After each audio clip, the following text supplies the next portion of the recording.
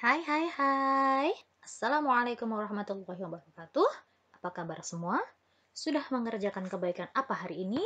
Berjumpa lagi di hari yang menyenangkan bersama saya, Izza Awwaliha, guru pendidikan agama Islam SMA Negeri 16 Samarinda.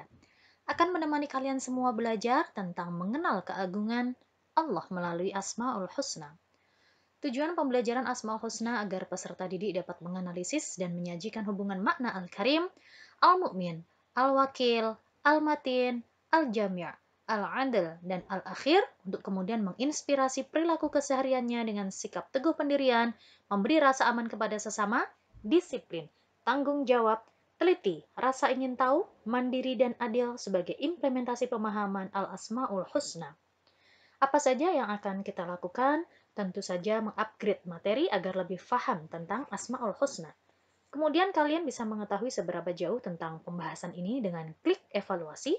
Jika tidak puas dengan hasilnya, kalian bisa klik remedial. Dan jika kalian ingin memberi tantangan kepada diri sendiri, kalian bisa klik pengayaan. Sebelum mengawali aktivitas, marilah kita membaca basmalah. Bismillahirrahmanirrahim. Jangan lupa menulis lafaz basmalah dan sholawat dalam buku catatan karena sepanjang tulisan tersebut belum hilang, keberkahan dan kebaikannya akan mengalir kepada kita. Semoga dengan wasilah tersebut kita menjadi pelajar yang malu ketika berbuat maksiat kepada Allah. Amin.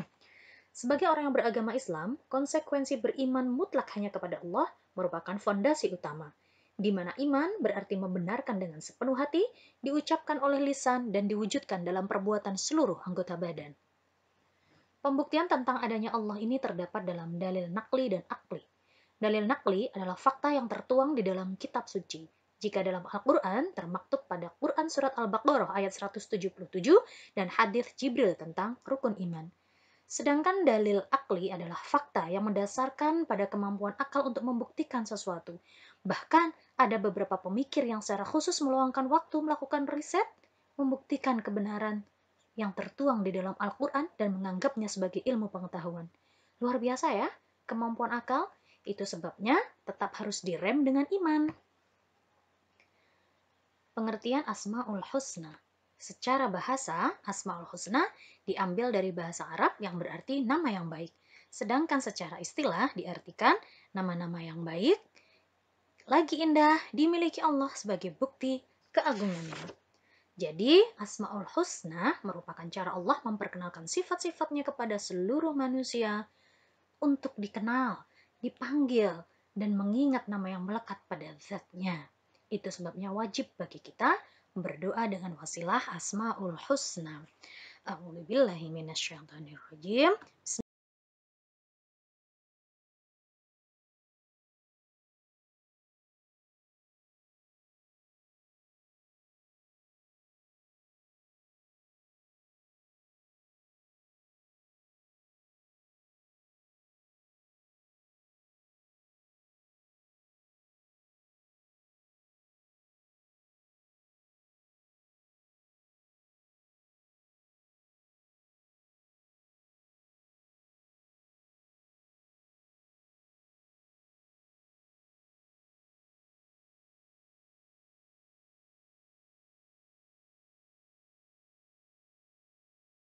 Allah memiliki Asma'ul Husna, maka bermohonlah kepadanya dengan menyebut Asma'ul Husna itu, dan tinggalkanlah orang-orang yang menyalahartikan nama-namanya.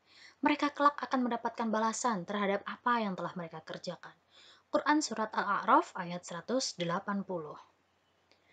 Beberapa asma Allah yang kita pelajari adalah Al-Mu'min, Maha Pemberi Rasa Aman, Al-Adil, Maha Adil, Al-Karim, Maha Mulia atau Maha Pemurah, Al-Wakil, Maha Memelihara, Al-Matin, Maha Kokoh, Al-Akhir, Maha Kekal, Al-Jami' yang Maha Menghimpun.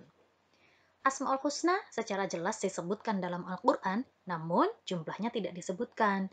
Itu sebabnya terjadi perbedaan pendapat di kalangan ulama, dan itu adalah berkah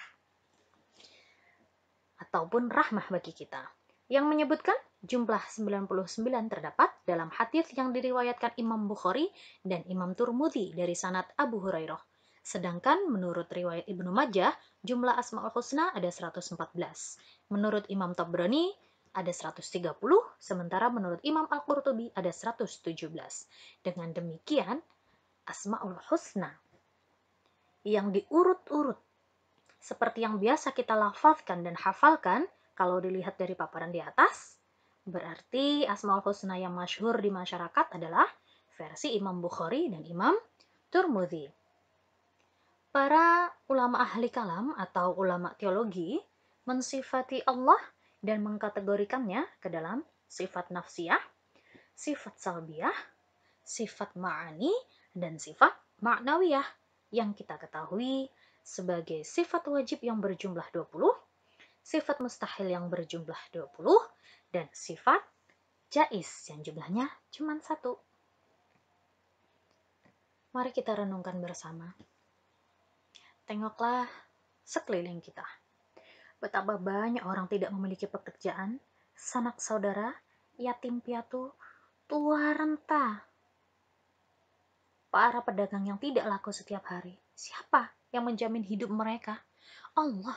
Kok bisa? Dari mana? Rizki Allah dititipkan ke dalam hati orang-orang yang penuh kasih dengan cara Allah menggerakkan hati mereka untuk menolong. Rizki mereka dititipkan Allah kepada orang lain. Itu sebabnya dalam sebagian amanah, harta yang diberikan oleh Allah ada hak mereka.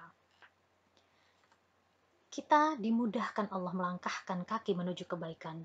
Betapa itu bentuk keberuntungan kita bahwa Allah ingin melihat kita di surga. Siapa yang memberi makanan kepada hewan-hewan, tumbuh-tumbuhan, menjaga rantai makanan? Allah tidak pernah sekalipun melupakan makhluk ciptaannya. Itulah bukti Allah Maha Pemurah, Al-Karim, dan Maha memelihara seluruh makhluk, Al-Wakil.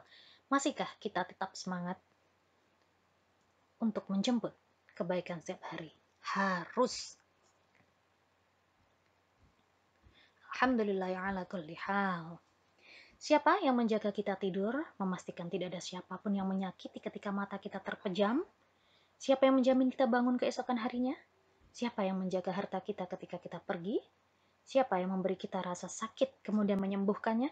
Itu adalah bukti bahwa Allah mengawasi kita setiap saat sekaligus memberi rasa aman. Allah Al-Mu'min. Bahwa Allah Al-Jami' Maha mengumpulkan manusia untuk meminta pertanggungjawaban kita di hari kiamat saat seluruh makhluk mati. Hanya Allah yang Al-Akhir, Al-Matin. Semoga Allah senantiasa menjaga rasa cinta kasihnya dan tidak berpaling dari kita. Amin. Bagaimana cara kita mencarger iman kepada Allah? Jika kemarin sholat kita masih karena manusia, masih bolong-bolong, tetap istiqomah menjalankannya. Karena semakin naik kuantitas pelaksanaannya, kelak kalian akan haus dan mengejar kualitas dan nikmatnya berjumpa dengan Allah setiap sholat dan akan menambah kekhusyuan.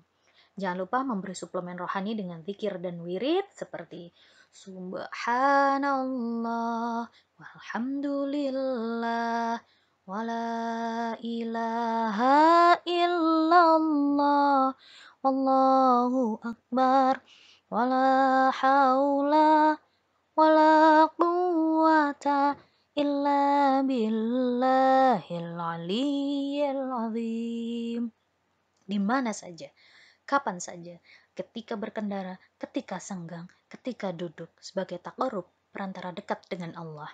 Tingkatkan bersedekah dan menjamin orang-orang yang terdekat aman dari lisan dan perbuatan kita adalah pembuktian kita berlari menuju Allah. Alhamdulillah ala kulli ni'mah. Demikianlah materi yang kita pelajari kali ini. Semoga bermanfaat. Ihdinas siratal mustaqim. Assalamualaikum warahmatullahi wabarakatuh.